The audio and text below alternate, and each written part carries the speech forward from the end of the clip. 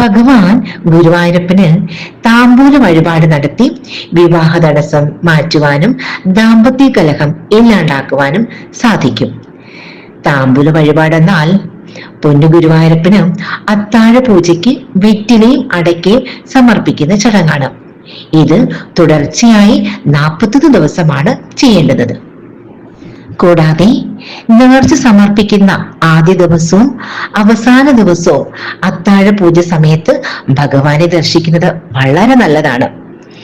നമ്മൾക്ക് നമ്മുടെ പേരും നാളും പറഞ്ഞ് ദേവസ്വം ബോർഡിൽ 2 രൂപയാണ് ഇത് ഷീട്ടാക്കേണ്ടുന്നത്. ആഴ്ച തോറും ചെയ്യാവുന്നതാണ്, അല്ലെങ്കിൽ എല്ലാം വ്യാഴാഴ്ച തോറും ചെയ്യാം, അല്ലെങ്കിൽ തുടർച്ചയായിട്ട് 41 ദിവസം ചെയ്യാം, അതല്ലെങ്കിൽ ഒരു വർഷം കൊണ്ട് 41 ദിവസം ചെയ്താലും മതി. ഇതുമല്ലെങ്കിൽ ഭഗവാന് കൃഷ്ണനാട്ടും കളി സ്വയംവരം നടത്തുന്നത് അത്യുത്തമമാണ്. നമ്മുടെ പൊന്നുണ്ണിക്കണ്ണന് നമ്മൾ സ്നേഹത്തോടു കൂടി എന്ത് സമർപ്പിച്ചാലും അത് സ്വീകരിക്കും കേട്ടോ.